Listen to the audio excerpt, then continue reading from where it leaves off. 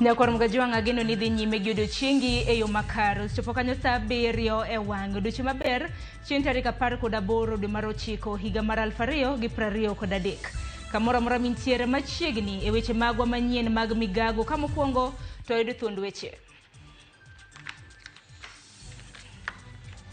But our officers are here on site, our DCI officers are on site already, and they are investigating. Nonro dhi nyime e wi mach manyo muoch mowang'o udi e skund sekondar ma Kisumu Boys.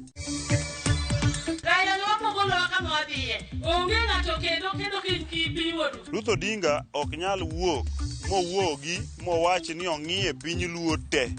Onge ng'ama nyalo bedo e kom mar president e Kenya ka. Jokanyo mag UDA e milambo mar Nyanza okwedo Ruth Odinga e wiyote mare ni jakaw thuolo mar Raila Odinga podonge.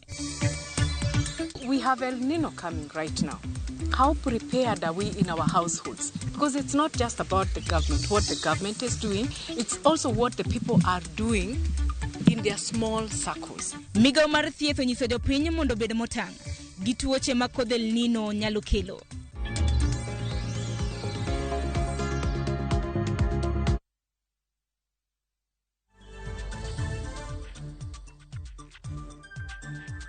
Nyakor mgajuang kamoro amora mintiere arwaki e winjo weche gi e yonero ma adimba kanyalo mana paroni ni nyalo bedo kodwa e chenro makama kioronwa hotel ai mago magote machok 2:600 mbui mar Facebook gi YouTube yudo achiel kachiel Ramogi TV tudri koda mbui maga iyuda @Sharon Ongao machiegni nyinga Sharon Ongao. Kwa chako eni jodak mago matumeok e od bura mano ma Kipkelion West e county ma Kericho bedin kod buok tok jauchiel mawuok e familia achiel no wang' molokore mirni e ote seche mana ginindo gotieno. Jauchiel go kamoting'o wakeni adek kod nyithindo amanyiri madiro madek ne wito ngimagi tok odno ne omako mach e kinde mana ginindo. Dalup ruoth ma Kapkwen sub location mung'ere kaka Alice Yegon oseo chal marach marapaya molero ni ne ochocho chenro mar chwalo resruok mar nego majno.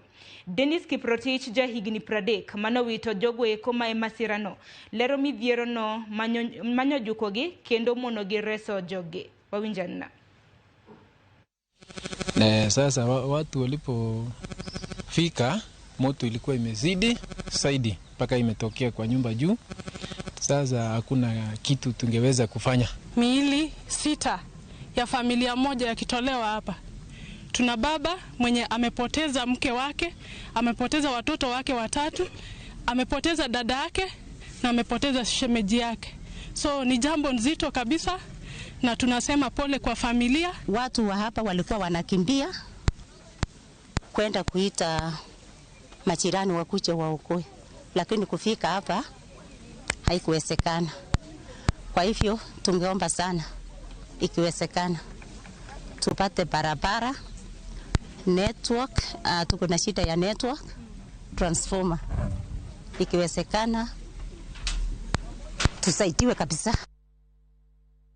Manadoko wach malit nyakor mgajuang kowuok e county ma Kericho teri nyaka e county mano ma Kisumu. E county ma Kisumu nonro pod dhi nyime bang' mach wang'o skund yawuoyi ma Kisumu Boys otieno manyoro kendo wang'o od nindo kod mwandu mamoko. Tend county mano ma Kisumu koro chano yango log tich mano mar midhiero matucha apoya e chuny bomano mabiro neno ni gikedo gi midhiero ma apoya kaka muoch mar mach e kinde mamoko. Kotwa gi jofwambo bang' nego mach e skundno. Meneja maboma ma Kisumo Abalawanga olieko ni kaunti ma Kisumo dhi medo gach nego mach machielo kendo yango log tich e chuny boma mabiro kelo kanyakla joked gi midhiero mapoya mago mag piny owacho kod mago mag ji giwegi kaka yo makende mabiro neno ni ores ngima kod mwandu. Mahe jopuonjore 20 noyudo hinyruok kendo pod gidhi nyime gi yudo thieth kod hocho ka chenro mapile oseduogo e skundno. Too early to say what caused the fire now. The hostel that was on fire affected 260 students. The fire started from the store where we have mattresses. Immediately, the whole school, including teachers and workers, moved to the nearest hostel and removed students' items that were in the hostel. I want to thank the multi-agency team led by the county commissioner and the city manager for that quick action. The governor and the county commissioner will launch a new fire station where we are going to have a command area. The command area will be equipped with the GPS, GIS, the QRT, the police quick response team, and also will be equipped by ambulance and more fire stations. Even the private fire trucks, we are going to give them space to park their fire engines there. And we are increasing the number of hydrants.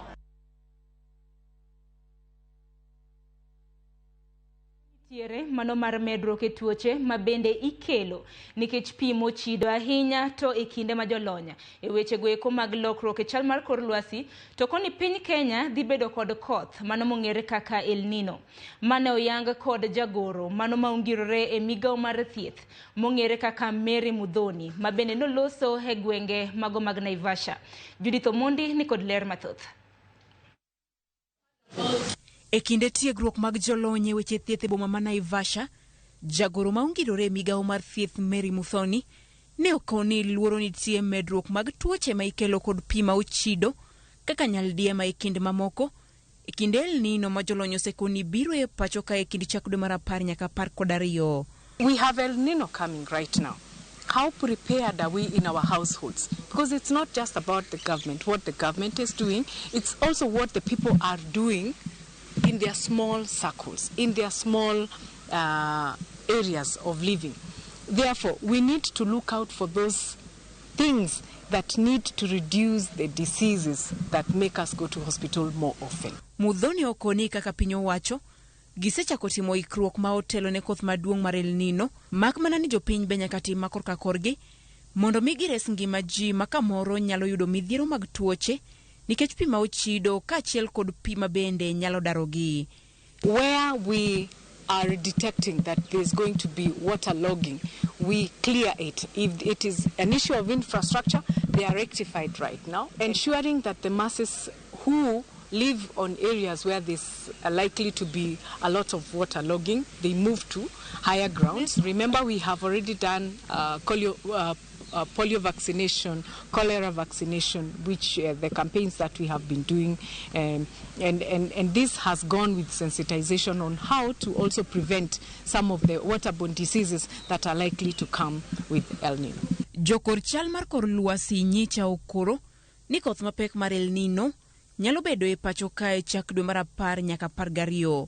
Counties ma opogore osebedo katimo ikruok ma otelo ne kodhno. Judith Omondi, Ramogi TV. Nyakor mgajonga pod wadhi nyime gi weche manyien mag Migago en ni jokanyo mago mag duond bura mar UDA e gwenge mago mag Kaluo opogore paro gi Women Rep mano ma Kisumo Ruth Odinga kaluwore gi weche manyocho wacho ni onge jasiasa moramora e piny Luo manyalo rwako wuoche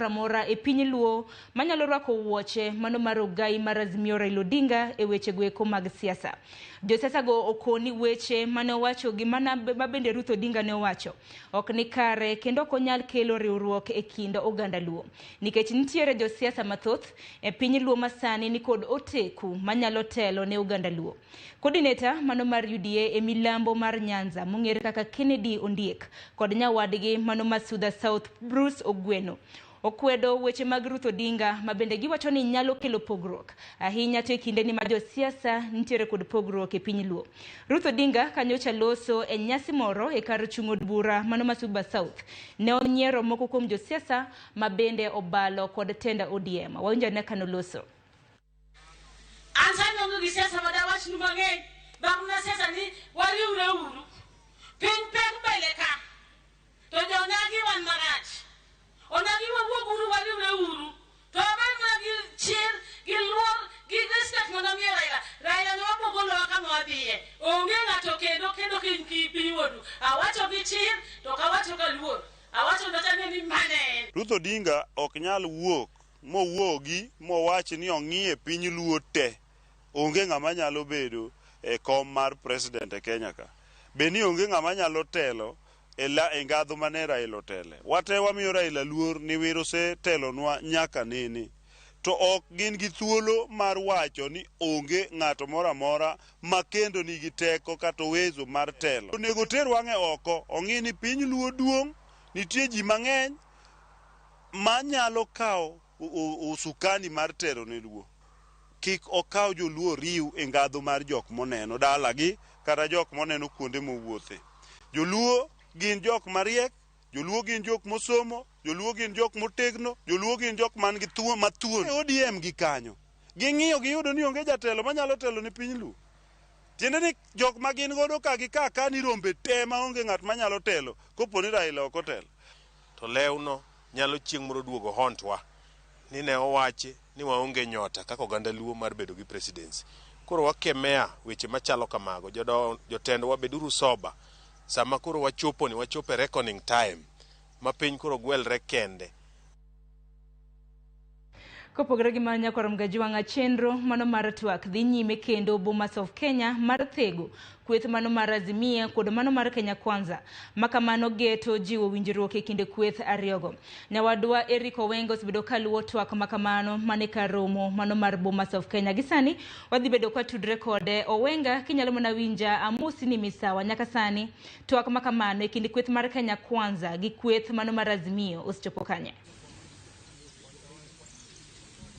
Awinjo maber ahinya Sharon kaini studio kanyo mana kiwacho ni abiro nyachiel kachiel ka Bomas of Kenya kuma kawuono kendo kweth mar ji 10 mano mabende idendo gi dhongere kaka committee mar National Dialogue Committee dhi nyime kod kolo moko kuom paro. Inyalo paro ni tich mokalo ne nitie moko kuom paro mag oganda maromo 155 mane oredh e nyim committee ni kendo negi kolo igi bagi yudo ni 13 kuom gi ne gin mago manonuore ai bang'e ne gidong kod 142. Koro negi kawo paro mag jopiny maromo 142 to gimiyo committee matin kata madundo ma bende tiyo kod ka amaji 8 mondo ne to kuom weche go temo kuom jopiny mage ibro med no kuma beach mane rik committee ne dwa twakie mokwongo.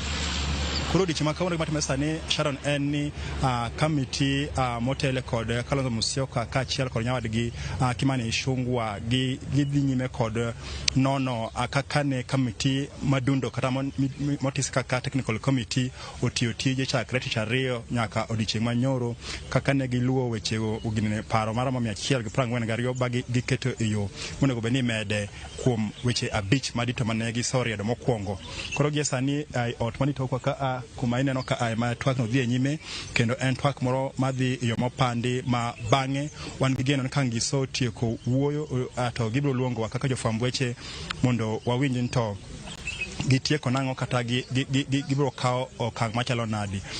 Gima wang'eyo ni twak ni biro na seche mabende waneno ka lieta mar siasa mokel kod weche mag nengo mar mafuta dhi nyime thuru ka inya paro ni demokalo kane wan e kadak ma Karen seche mane jotelo mag Azimio twa kanyo Migosi Odinga nowacho ni pod gidhi nyime kod choko sei mag jopiny mabende wacho ni sani osokalo bochopo milion 10 to wacho ni ging'eyo gima gibiro timo kod seigo. Koro magi to giwacho kalore kod kaka jopiny osebedo kaywak kendo bende ne nitie paro mokwongo ni nonego bed ni wach mar nengo ngima oket wach mag twak gi to kata kamano kuom bade mar twak machielo ma piny owacho ne girwako ahinya kendo ne gitemo bedo mabor ahinya gi wach mar duoko nengo ngima piny.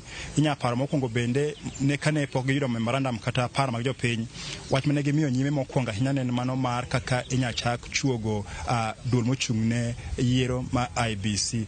Koro wan ka Sharon watemo mana ng'iyo to weche chalo nadi, gibro wacho nang'o to kuom paro mag jopiny maromo 142 kande magi ma gibro luomo kendo gibro medo e weche 5 motegno mane gichano goyo mbaka e twak madhi nyime mabende nomi ndalo 60 mar twak.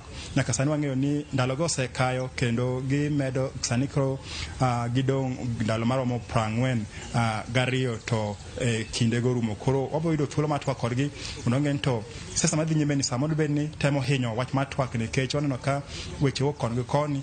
Kata kamano Kalonzo kod Ishungwa nowacho ni wadin jopiny odin itgi ni weche miwacho oko mar kamitini gin giwegi mang'egi maber kendo gin gino ni twak ngibo tere yo makare kendo weche miwacho gi josiasa oko manyasa monya rocho wach mar twak ni jopiny odin gi itgi. Koro wabo miyo gi thuolo mondo giwach to ere kaka gibro chiedho e chuny twak kata liet mar siasa ahinya mokel kod wach mar mafuta ka achiel kod mano ma iwacho ni pek man ngima e thuru ka Sharon.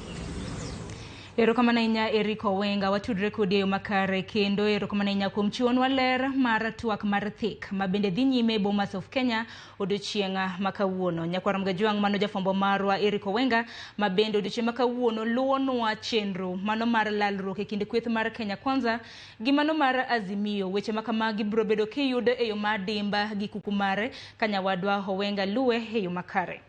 Kopogore gi mano hatiri nyaka e kaunti mano ma Meru kama iyudo ni mutni nyomuoch kendo e kinde romo mabende nyobagi gi gavana e kaunti mano ma Meru Kawira Mwangaza e gweng'a mama Kiere kar chung' od bura ma Igembe North. Bang' kweth mag jodak yango achiel kuom dhok manyotero ne jopiny kendo wang'o godhro manyotero ne jopiny. Tungni makamano itudo kod liet mar siasa mamedore e kaunti ma Meru kaluwore kod pogruok e paro e kinde gavana Kawira Mwangaza kod jalupne Isaac Mutuma. Nyochuno mondo bila oti kod iro malungo wang' mar mondo miyo ke jopiny mabende natemo rocho romono. Gavana Mwangaza kata kamano oseo jatend migawo mar pur Mithika Linturi mabende wuok e gweng'no ka utude kod koko manyowuok e romono.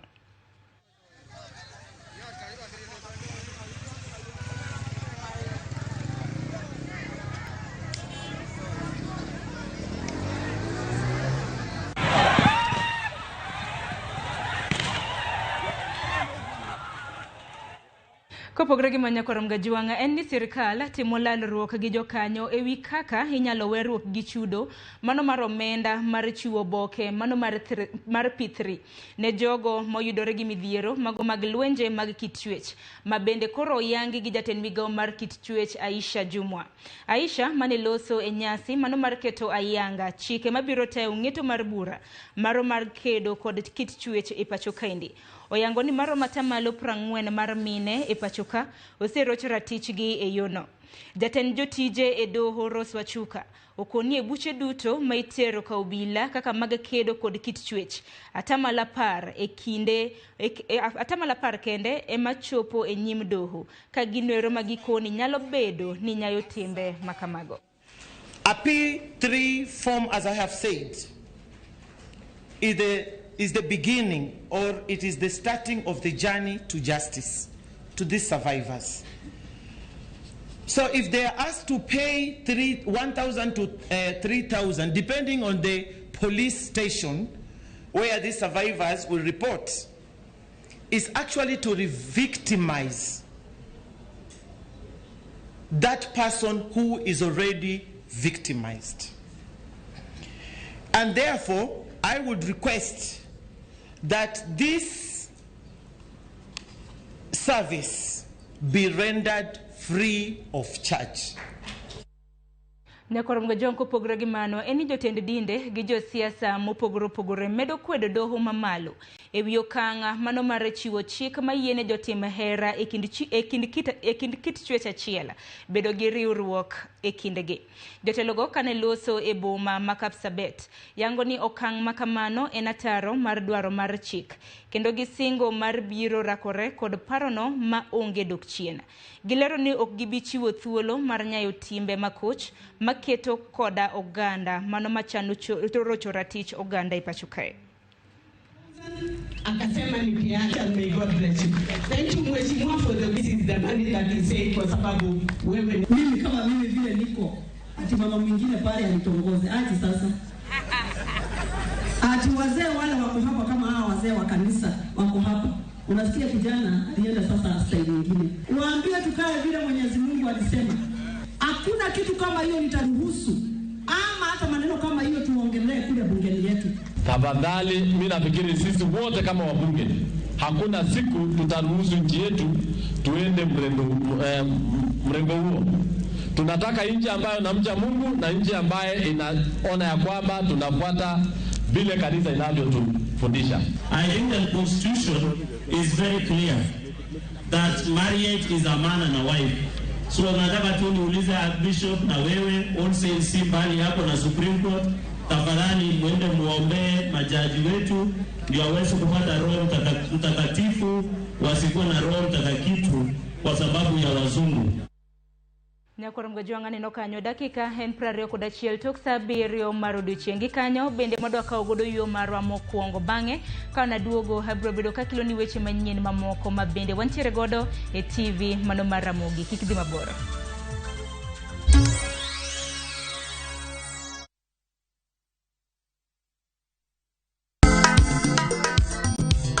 Ma e chenro makelo ni danji malie. Kik od belo bai. Wakelo ni be. Ang'o miri? Aliye juu. Fuata. Ma e chenro makelo ni duond yawuoto nagi. Apuro puoth ngima, apuro puoth poetry bende, apidho kodhi. Duond mine. Mine nyalo. Kod ohala. Ng'at mochako ohala nikech ng'ane no ochako. Gino gi bimo. Mbak ndalo. Wuoyo goganda mar onagi. Kajiwo gi gibedi gi luoro. Kod Stella Brenda, Lynn Ramogi, kod DJ Kolo. Wuok tich nyaka tich abich, saa 8 odiechieng' nyaka saa 10 odhiambo. Mane Ramogi TV.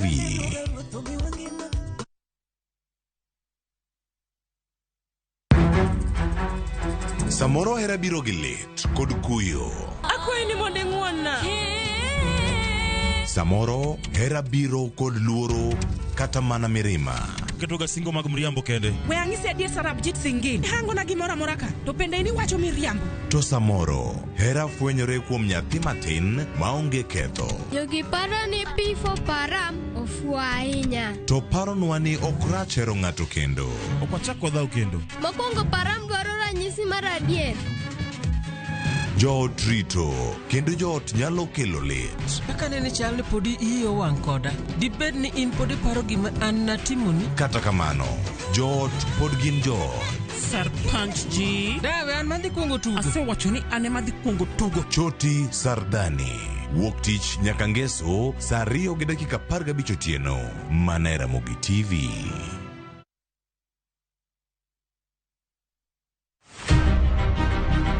Jok mamine gin singo mar oganda. Nyakwara Mogia Jwang, piny sani olony. Wawuok e ndalo machon ma ng'ama miyo ne en mana ng'at mabedo e pacho. Melini, ane man first officer. Tija matiyo en riembo, an driver. In Mbaka ni en mane? An aketo tiles. Kik ng'ato wuondi no kinyal nikech in ng'ama miyo. Ka Nyasaye omiyi ngima to inyalo. Tudri kod Stella Brenda Ochieng, tich adek ka tich adek, chakre saa 8, mana e chenro mar Mine Nyalo.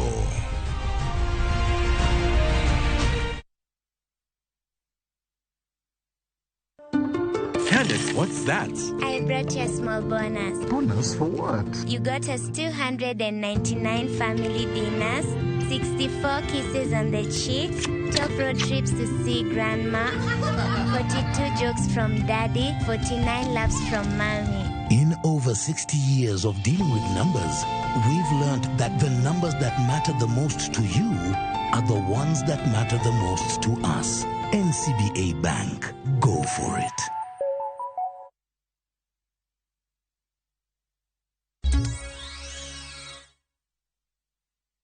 Nyakorom gajwang dakika en 24 machiegni wadhi nyime gi weche manyien. Ateri nyaki kaunti mano ma Kisii kama ji 16 mane oyudo masira mar apaya mabende noweyo ka ji 4 owito ngimagi e gwenge ma Nyambigege e kaunti ma Kisii. Koro pod dhi nyime gi yudo thieth e od thieth mano ma Kisii referral. Jogo mabende notonyo kowuok e lak tho. Wacho ni kapok masira no notimore ne gikwero dereva mar matatuno mar mondo mi mabende nadhi Nyamarambe mondo oweng'we airititi ka gipiem e laro jowuoth kod geche mamoko. Kaluwore kod telo mar od thieth ma Kisii referral, jogo manotonyo noringodo e od thieth ka gin gi hinyruok mathoth kendo pod giyudo thieth nyaka gisane. Nilikuwa nimepanda hapa nafasi ya mbele karibu na dereva. But on our way coming, this new dereva alikuwa anaendesha gari hadi nilimkataza. Mimi mwenyewe ni driver, naendesha Busia Nairobi. Nikamwambia uwezi overtake gari, naona kuna gari nyingine mbele inakuja. Kuna mzee alikuwa amekaa kando yangu, ndiye alikuwa anamtia kichwa, akamwambia wewe twenda haraka, tunachelewa. Tulipofika Nyambigege hapo, kuna gari ilikuwa inatoka mbele ambayo ilikuwa ni Nissan. Ikatuonyesha full right. Kutuonyesha full right na wewe na yeye ako hapo tu akashindwa sasa ataenda wapi because hii side nyingine gari iko. So alikuwa anajaribu kuharakisha ndiye apite aende mbele hiyo gari. Hapo ndio tukakumbana na hiyo accident sasa. Vile gari ziligongana, moja yenye tulikuwa tumepanda ilianguka to the right. Kisha ile impact ya kuanguka tukatoka ndani ya gari, mlango ulikuwa wazi. Hiyo impact tulijikuta tukiwa nje na viti, tumeangushiana hapo, wengine wamedungwa na viti, wengine wamevunjika, wengine wamekatwa na mabati ya gari. We had fractures, we had head injuries. So far, the patients are recuperating well in the various wards, and we hope to see them off to their homes soon. Manodoko wach malit mosahinya ne familia wede kod osiepe mag jogoeko mabende noyudo hinyruok makamano e masira mano mar apaya ma Kisii. Kopogore gi mano en ni mane en jatend kweth mar Mungiki Maina Njenga koro dwaro ni sirikal osingne arita motegno bang' lero ni jomoko mapok oyangi nyocho lal kode chieng' ngeso kendo weyo tien mabende piny rugodo odiochieng' makawuono. Maina Njenga wacho ni en kod jating' ndai mare mong'ere kaka Felix Lekishi nyocho tekgi kod ji mapok oyangi kendo geng'negi kuom mohewo seche 20 gino mokoni kaluwore kod chung' mare mar siasa. Njenga ochopo e nyim doho ma Makadara ewi bura mabende nomake godo mar bedo kod gige lweny mager tok chik. Okone doho mondo ogol ng'eto mabiro miye ratiro mare. Bendo dwaro mondo doho oket chik mageng'o obila mar mondo mikik make. Walitushika hiyo wakati si watu ambao hawajulikani, ndio wale watu tumekuwa na wao kwa hii kesi. Tunawajua, tunafahamu vizuri, na maswali ni yale ya kesi tu. Tulifungwa vizuri sana uso, gari ikaenda kama masaa 2, alafu ikachenjiwa zingine, tunachenjiwa kama umefungwa tu na hujui unaenda wapi wala umesimama wapi ama pale unaenda kwa nyumba gani. Ukifika kwa hiyo nyumba tena unaambiwa unapanda kwa step, unapanda ghorofa 1, 2, 3 karibu ya 6 huko juu ndio unapata pale watu unaambiwa kaa hapa, hata hujui kiti ni wapi kwa sababu uoni. Alafu ile kanyumba unaenda unakuta iko kana mattress. Hiyo mattress unakuta nyumba iko na giza, unakaa kwa giza. Hiyo ni torture ya hali ya juu sana. And we have raised that issue, and the court has indicated that it will form substantively it will inform its judgment when evidence is taken. Kopogore gi manya kwarom ga jiwanga mi weche motenre kod somo kama bende sirkal mapacho ka indiko tudre gi jodito e sekta mar somo. Ikwayo mar mondo mi oket piny okenge ma bende biro neno ni somo e bwo lai manyien mano mar CBC ochopo kare. E chenro mar jiwo jonyuol e wi somo mano mar CBC e boma ma Nairobi. Jonyuol bende kwayo mar mondo mi onywak lwedo gi jopuonj e neno ni somo mar CBC odhi nyime e yo makare. Jatend skul mong'ere kaka Afbet, Paul Wajohi, okoni jonyuol mathoth pok ong'eyo matut kit somo mar CBC kaka nego beni itaye. Jonyuol bende kotelnegi kod David Mutiso, to wacho ni kokale somo mano mar CBC, jopuonjre biro yudo lony makare, ma bende biro konyogi e kit ngimagi mabiro mbele. Of practicality. You see, in 844, it was all about theory. But you see, I've just walked in this place and seen a lot of practicality. It is making even our children to have a practical knowledge. When they are at home, you will find children are doing things on their own. They are not spoon-fed, but they are doing things on their own. And this one is helping them to be independent when they grow up. Ingewezekana kuwe na vituo kama hizi kwa kila kaunti kusaidia watoto kuliko shule ziwe zinatoka mbali kukuja hapa, ingesaidia sana, sababu hii CBC ni mambo ya practical, sio theory.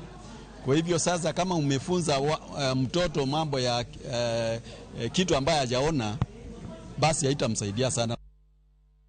Kopogore gi mano gi weche motenre kod somo mater nyaka kaunti mano ma Kilifi kama bende rawere makwan gi oheo 500 ma bende wuok e kaunti ma Kilifi noyudo kony e yor somo kokalo kuom chenro ma bende geto chiwo puonj buora kokalo e yor mbui. Chenro ma bende itayo gi riwruok motisi ni Power to Learn Project ma bende geto iko rawere mar bedo kod nyalo mano mar yudo tije e kembe mapachoka. Maketo piny owacho ma kaunti ma Kilifi bedo kaunti mokwongo mar tayo chenro no kendo tiyo gi riwruogno mageto tiego rawere maromo 1 million e bedo gi ng'eyo mag tiyo gi mbui e Afrika mangima. Jata chenro no Mumbi Ndungi wacho ni nokawo rawere e wards maderom 35 onyane kanoloso. Nafasi nyingi ni vile tu unapata vijana wengi hawana maarifa kama haya, ndio maana unaona vijana wengi wamejiandikisha kwa program kama hii. So hii program vijana watapata the necessary skills waweze kujitafutia nafasi za ajira katika the digital world na waweze kujitegemea at least in one way, at a certain percentage tutakuwa tumesolve hiyo problem, na pia tutaweza kumalizana na hilo tatizo la my youth ku perish in mental health issues. Kwa hivyo tuliona hakuna haja ya kuipeleka mahali ambapo watu wengi wako na uwezo, bali tutafute zile sehemu zingine ambazo watu wengi wanataka kupata programs nyingi, opportunities nyingi zinazoweza kuwasaidia kujimudu kimaisha, lakini hawajapata hiyo nafasi. Kwanza tunataka vijana wawe wanajihusisha na teknolojia. Nafikiri biashara nyingi dunia hii leo inafanyika kwa mtandao. Ndio maana tunasema kwamba ni lazima vijana wetu waweze kupata ujuzi wa teknolojia. Nekorom gajanko pogregi mano eni kambi mano mar Royal Media Services koma koregi kambi mano mar riwruok mar Love Kenya nokelo kanyakla oganda jo Kenya maromo alufe gi alufe e alap mano mar tuke mar mbalariany ma Nairobi e chokruok magalamoro motisi ni Love Nairobi. Chokruok no noyuore gi jawer mang'ula mawero wende injili Don Moen ma bende wuok e piny mar Amerika. Andrew Falau ma en jachung' mar nyasino lero ni nyasino en achiel kuom chenro buora magigeto timo mar lando hera mar Nyasaye e kind oganda ka nyasini bende osebagi e counties mamoko machalo kaka Nanyuki, Embu, Murang'a kod Machakos e kind mamoko. Jower mamoko ma bende noyuoro e nyasino otingo pompi mawuok e piny mar Zambia. And the main act being Don Moen. So we're very thankful for this partnership, and we as Rural Media Services are committed to continue in our support for local talent and the ministry, and to just make sure that our youth are positively engaged. Kowuok e nyasi mabende notimore kaunti mano ma Nairobi, atiri nyaka weche matimore kaunti ma Nyamira. E kinde mabende piny ngima yango odiochienga kit yien mong'ere kaka bambu. Kaunti mano ma Nyamira ka otelne gi komishona ma kaunti no Onesmus Kiatha kod jatend migawo mar bunge ma kaunti ma Nyamira mong'ere kaka John Matiang'i odhi mbele gi yango odiochieng' ma kawuono. Jotelogo bende okwayo oganda kod jodak mano ma kaunti ma Nyamira kaachiel kod grube mopogore opogore mondo odonje pith mano mar yiend bambu.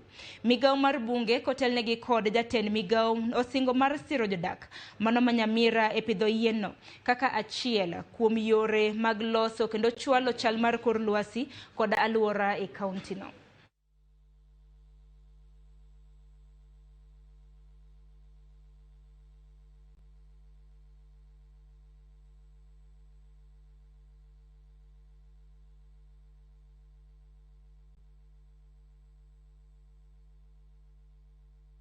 We are celebrating World Bamboo Day for the very first time here in Nyamira County. And we are very grateful to the government of Nyamira for the support they have given to us in celebrating this day. We are concerned with our streams and the rivers. So we intend to plant bamboo along our rivers, our streams, and our sources of water, the springs. And bamboo is the best answer to the climate change because it is the best sinker of carbon from the air. Kuna ajira tofauti katika hii sekta ya bambu na tunahimiza kina mama, vijana na wazee wajumuike na sisi wakati ambapo tunaendelea kutengeneza hizi vifaa. Hapa unaweza tengeneza tray na ukaiuza kwa bei tu mzuri kama kuanzia shilingi 1,500 hadi shilingi 2,000. Hapo utakuwa umepata mapato. Pia unaweza weave kikapu na pia ukakiuza kwa bei yenye unaona inaifaa. Kama hii kikapu hapa tunauza kutoka shilingi 2,000 mpaka 2,500. Pia lampshade pia unaweza tengeneza, earring, kutumia tu muda wako wakati wenye uko free unaweza tengeneza vifaa tofauti. Bambu haina waste.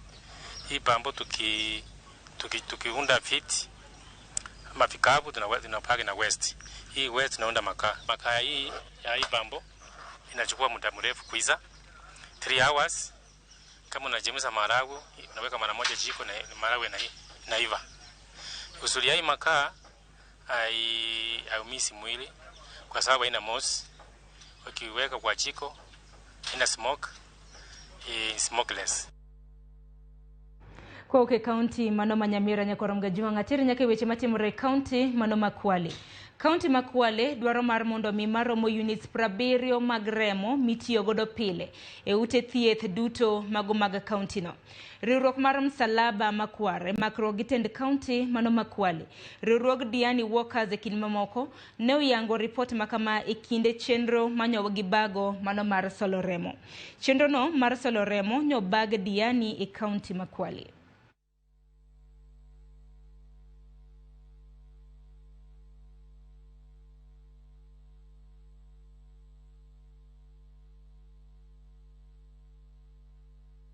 We hope more support on the same, more involvement of the community.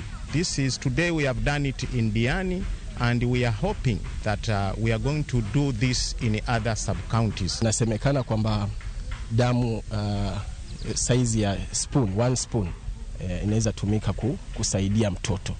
Kwa hiyo ile damu ambayo tutapata hapa itasaidia sana community ya Kwale. Faida yake si kutoa damu peke yake, lakini pia tumeona watu wanajua ama wanajuana zile blood groups. Kwa hiyo inakuwa rahisi endapo kesho mmoja hatahitaji damu, inakuwa rahisi kumtrace mwenzake ambaye ana ile blood group ya damu ambayo anahitaji. Sasa tukaona vile watu natembea a step for one health, tukaona na leo tukuje na hii our 30th edition tuje na blood drive yenye itakuwa tunaita watu tukiwavutia waje wa donate blood. Lakini kusema kweli bado tunahitaji mikakati kama hii na community yetu pamoja na mashirika yaweze kujitokeza kutusaidia katika kufanikisha zoezi hili. I'm so excited to be here today to donate blood, which I know is going to save a lot of lives. Kowe county manoma kwali nyakora mgajuanga tiri nyake weche matimore county Mataita Taveta. Jokanyo county Mataita Taveta nyalo buonjo tok kambi mar Tavevo yango lony manyasani mar Tavevo maji app midhi tigodo e chwalo pi. Governor ma county no Andrew Mwadime olero ni mano en achiel kuom okenge michano tigodo e bero ngima oganda hinya to kotenre kod weche pi mosechendo e gwengego. Richard Kibengo ma en jatatije e yor kojolo e kambino lero ni chudo ibiro tim bang' rucho kogowi maromo siling milion 380 ewi ng'ato ka mano maromo siling 380 ewi ng'ato ka ng'ato kuom dwe mokalo. Jatend migawo mar pi e county no Granton Mwandawiro lero ni tend county no timo duto ewi bero okenge madhi neno ni jokanyo oyudo pi water inakuwa mingi sana, ile maji ambayo inapotea inakuwa kwa wingi sana, alafu na wananchi pia wanasaidika, manake wengine wako kule mashinani, badala ya kuja kwa ofisi sahihi tabu zao ama changamoto zao zinajibiwa hapo kwa hapo, ambapo ndio tunataka twende katika huo mwelekeo. Na vile vile hii najua itasaidia sana especially kwa non-revenue, ambapo makampuni ya maji ya kaunti nyingi sana Kenya wanaumia kwa sababu ya hii non-revenue water. Watu wengi walikuwa na chukua gharama nyingi kuja kwa ofisi ili kuja kuuliza maswali na kutafuta huduma, lakini sahihi pale pale mtu yuko ameketi atapata huduma hapo hapo, na itasaidia zile gharama ambazo mtu alikuwa anatumia kutoka kwa nyumba kuja kuuliza maswali. Katika hii system tumetoa human interaction, hakutakuwa na watu katikati ya ile billing. Kila kitu tutakuwa tunafanya automated, kwamba mita inasomwa na mteja anapata bili yake hapo hapo. Sasa katika system hii tuna uhakika kwamba tutaweza kupunguza zile customer complaints ambazo zilikuwa nyingi.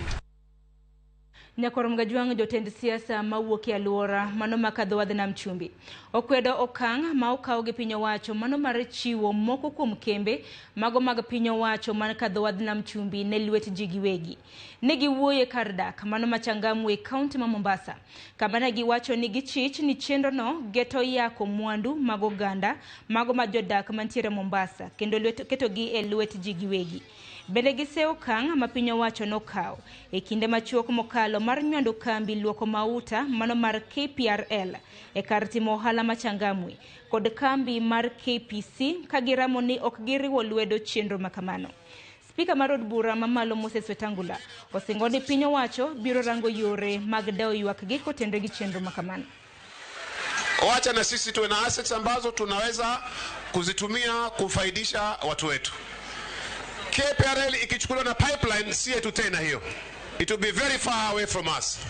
Na haitatusaidia. Sisi kama watu wa Mombasa, dukuduku yetu ni hao mawili. Kwamba ubinafsishaji wa poti usimamishwe na ubinafsishaji wa maji ya Kenya Pipeline na Kenya Petroleum Refinery pia isimamishwe, kwa sababu it is not in the interest of the people of Mombasa. Yale yote mmeniambia nitamwambia. Mambo ya port nitamwambia. Mambo ya refinery nitamwambia, na yale yote ili aweze kusikiza, aketi na nyinyi kama viongozi alafu mkubaliane. Nyakoro mgajuang e kinde ni mabende piny ngima kedo kod midhiero ma ikelo kod lokruok mano mar kor lwasi. Jal moro e county ma Kisumo oyango jiko matiyo kod teko chieng' okang' mabende ogeno ni biro konyo e kedo kod tong'o yiende ma iloso godo maka. Onjan na kaka jal makamano noloso. Odiochieng' kodiochieng' piny karu to rugi mage ka oganda mopogore opogore dhi nyime gi tijegi. E gweng' ma Alendu e county ma Kisumu waromo gi Alex Odundo, jal mantiere kod pok mar loso masinde mopogore opogore. E kinde ma chieng' tuch oganda janeno chieng' kaka gino makelo ler, eno wuono neno chieng' kaka yo mar chwalo tije mosebedo kotimo mano mar loso jiko manyasani matiyo kod teko chieng'. Kopogore gi mano, Odundo lero masinde mamoko ma onyalo thedho. Nachako chugo mashin mar tuoro. Koro mana achiel kuom mashinde maloso, tanyalo loso mashinde madino oduma, anyalo loso mashinde mago pi machalo ka solar water pump, anyalo loso mashinde matiyo kata gi yamo ka golo stima kata ka go pi, anyalo loso mashinde mag mang'ado chiemb dhok, anyalo loso nitie gik mang'eny. Odundo wacho ni osebedo kotimo nonro mathoth gisani oyango jiko matiyo kod teko chieng'. Jiko ni achako loso 2015. Achako lose kane mokwongo ne nan ga gi biashara ni chiro moro mar Kibuye ma Kisumu kae. To chiro no ne wan gi yugi mang'eny sana machalo ka Ukraanda mane dong to ne wango giga. To kendo ne gima nochako timore kendo ni serikal ndalo no chungo wach mar wango maka. Wango maka ne en chik mane serikal otamore Kenya ka. Koro an be kaka ng'at mane man gi pok mar iloni innovation gi Kisungu. Nachako paro nita ang'o kendo monyalo timo mondo kony jowa kok gitiyo gi maka kata kok ging'ado yien. To naparo ni wanyalo loko yugi mane magranda ni Ukraanda ne wuok kanyo mang'eny kabisa. Kuna paro wanyalo loko Ukraanda gi mondo bed yien ma ji nyalo tiyogo mondo kik wang'ad yien go maka kendo kik wang'ad yien kwa tedogo. Gima chielo be mano chako keda ka an kada kan ja ilong ni innovator kamano kada kan gi pok mar loso gige mag chumbegi to pod adwa timo biashara be. To neno ni yien en gima duong' e ngimawa mana kaka wang'eyo ni chiemo en gima chuno kaka ot gima chuno lawo be gima chuno. To naparo ni yien be koro nyaka bed gima chuno nikech ka chiemo chuno yien be nyaka chuno. Koro naparo ni kanyalo chako biashara ina no to nyalo bedo maber. Koro gima ne nitie shida mane nitie ni jikni mane wan go nok nyal lielo gik manwa loso gi Ukraanda go. Koro nochuna na chaka paro machielo mar biro gi jiko moro mane nyalo lielo gik maloso gi Ukraanda go. Emomiyo na biro gi jiko man go masane ni. Kaluwore gi dwaro mare mar rito alwora, Odundo wacho ni jiko makamano bende nyalo tiyo gi yugi mora mora. Moko chuni nyaka tim mana gi yien. Jiko masani ni tiyo gi gik moluongo ni pellets. Kaka unyalo neno gi kae, magi pellets olosi gi machine to magi yuk mchele. Wanyalo tiyo gi yugi mora mora te kata kani en yugi maliel moa e puodho. Obed yuk mchele, obed yuk randa mar bau, obed yuk oduma, obed yuk bel, yuk oganda, gimora mora. Watemo manyo gik monyalo tiyogo mondo wagol yien oko kik watong' yien gi sane be you about rito piny iluongo ni rito alwora mar pinywa. Rito alwora mar piny en mana pidho yien. To koro pidho yien nyaka wabi gi rieko machielo mar weyo ng'ado yien nikech mano kende yo monyalo ritogo piny. Koro wan gi ma pellets gi to wan gi ma be pellets but koro ma bet kaduong' matin. Ma wan olunge gi ni 28 mm en duong' moingo matin. Koro gitiye jiko mopogore opogore. Ma tiye jiko bet kaduong' matis mana kaka uneno ka jiko cha bet kaduong' matis moingo machielo ni. To ma be nya tiye igi te but otiyo maber ahinya e jiko matis ni. Ma koro ma sana wathoro tiyo kode jiko matiyo go e ot. To maduong' ni sana wathoro tiyo kode jiko mitiyogo e hotel, otende kata kuonde machalo kaka skunde. Kopogore gi jiko matiyo gi maka, jiko manyasani no tiyo mana gi yugi matina. Ma Odundo wacho ni lielo kuom thuolo malach. Mokwongo pellets bei mapiny kilinganisha gi bech maka. Kich maka moro mitedo en gimoro siling 100. Pellets moro mitedo en gimoro siling 30. Jiko ni ng'eny gi mach kabisa. Koro walose matis kaman kich ma itedo gi udi. Nikech ot ok dwar mach mang'eny. En gimitedo daka matis isetieko tedo. And then wadoni samiketo pellets gi yeka to kokaw mang'eny ahinya. Okaw mana moro mitedo. Jiko manyasani ni Odundo pako ni liel maber kendo maje chalo gas. Oleronwa kaka itiyo kode. Onge iro en giro mok nyal interfere ko. To mano be konyowa nikech wang'eyo miechwa gi kido mar kendo mwatiyo gago iro mogolo gacha. Ng'eyo ber ni iro ok ber gi ngimawa. Jiko ni wan gi gimuluongo ni fan matiyo gi stima.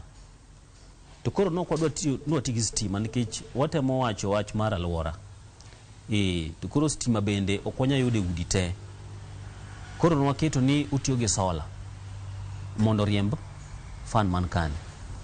Koro sola no nitie betri mathis ma sola no chajo makata kogikotieno sama chieng' onge titiyo gi betri no. Sama kata koth chwe ma ok inyal yudo chieng' maber to betri cha matiyo. Koro sama chieng' nitie to sola chajo betri cha to betri riembo fan ni.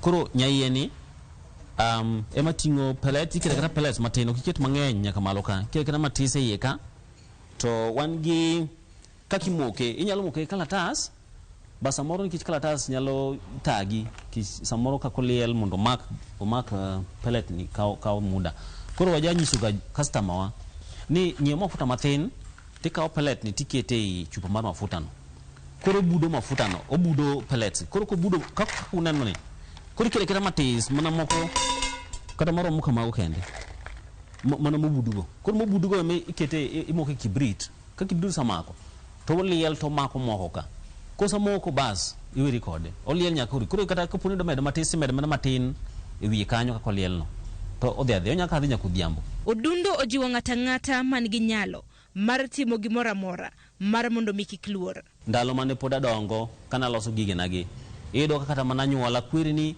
kik idhi nyis ji to kok inyiso ji ng'ama biro ng'eyi onge ineno ni kik idhi nyis ji biro kawo idea mar onge ng'ama nyalo kawo idea mar ng'ato mano pok ma Nyasaye omiyi makaro tim manade ji ositemo kwalo idea maga gi tok nyalre pod gifela fela. Gisani Odundo wacho ni nengo mar jiko manyasani moloso nengo ni malo kalore gi dwaro ma pod ntiere piny. Ingeno gik machalo kaka milose kambi gi kolose mang'eny to be dok piny.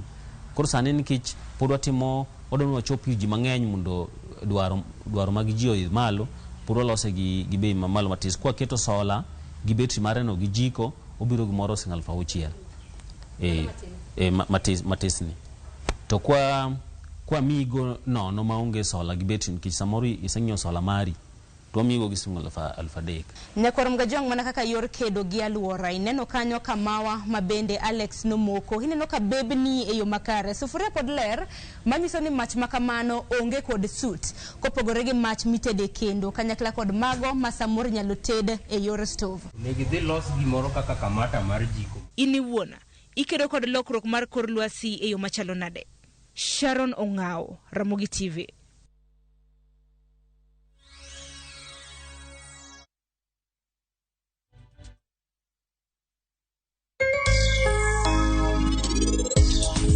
Penj laktar ka wawacho ni ngima en mwandu tanto to tieno kendo en ga morna mar bedo kodi odiechieng'.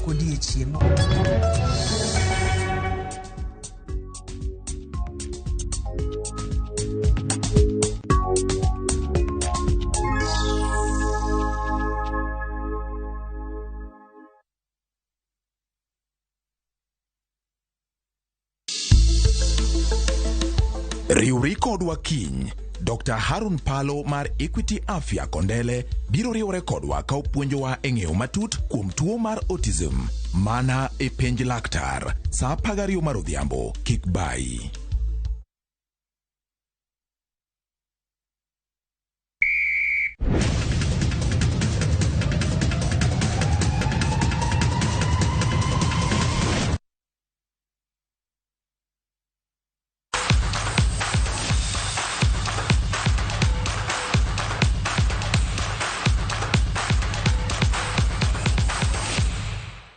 Nyakon mgajwanka mora mintiere machiegni hemesawa mar weche mag tuke. Aburo chaka yanga kod team mano maragoko. Kama team mar Kenya matugo ne tuke mag rugby jotugo abirio koni gi koni.